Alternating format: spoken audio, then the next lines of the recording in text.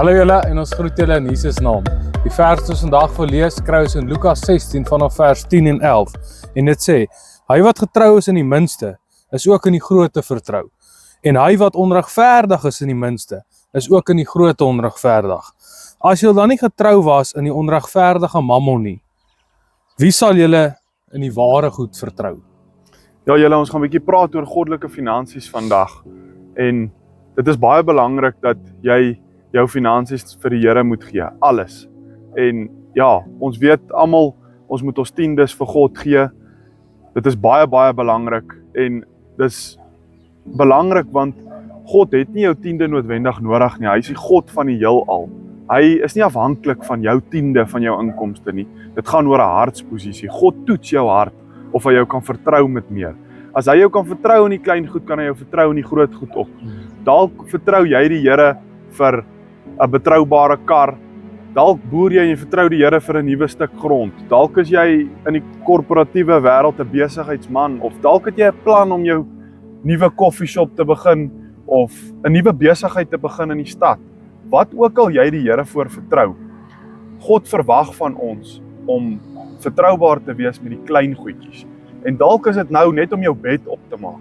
Dalk is dit net nou om elke oggend op te staan en jou dag te begin saam God, reg.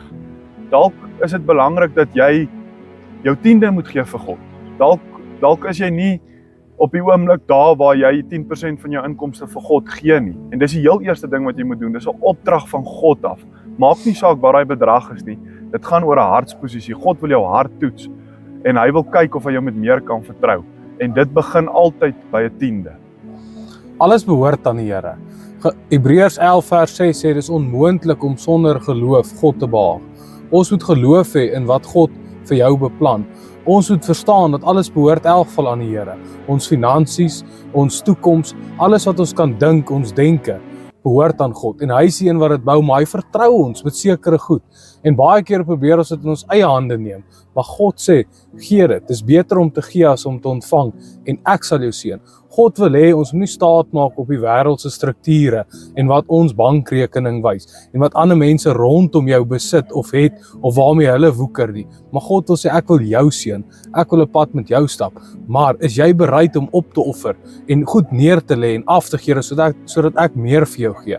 Baie keer gaan dit nie oor die posisie waarin ons sit nie, maar dit gaan oor 'n perspektief dat ons hartsgesindheid moet reg wees teenoor God. En Here, wat ook al ek het, kom van U af, Here. En ek weet, soos 'n vader wat vir 'n kind nie 'n klip sal gee as hy vir 'n brood gee nie, so sal God vir my en elke ding ook sorg. Die Here roep ons om optimaal te lewe. Die Here roep jou sodat jou beker kan ooploop en dat ons nie in 'n arme mentaliteit of in 'n staat te sit wat ons nie gelukkig is nie. Maar God roep jou om geluk te vind in jou verhoudings, in jou werk, maar ook in jou finansies. Dis tyd om God te vertrou. Al hoor ons nie baie van nie, al praat die kerke en mense nie baie van God en finansies nie, maar laat ons weet God is selfs in beheer van jou finansies en dat hy die beste vir jou wil hê.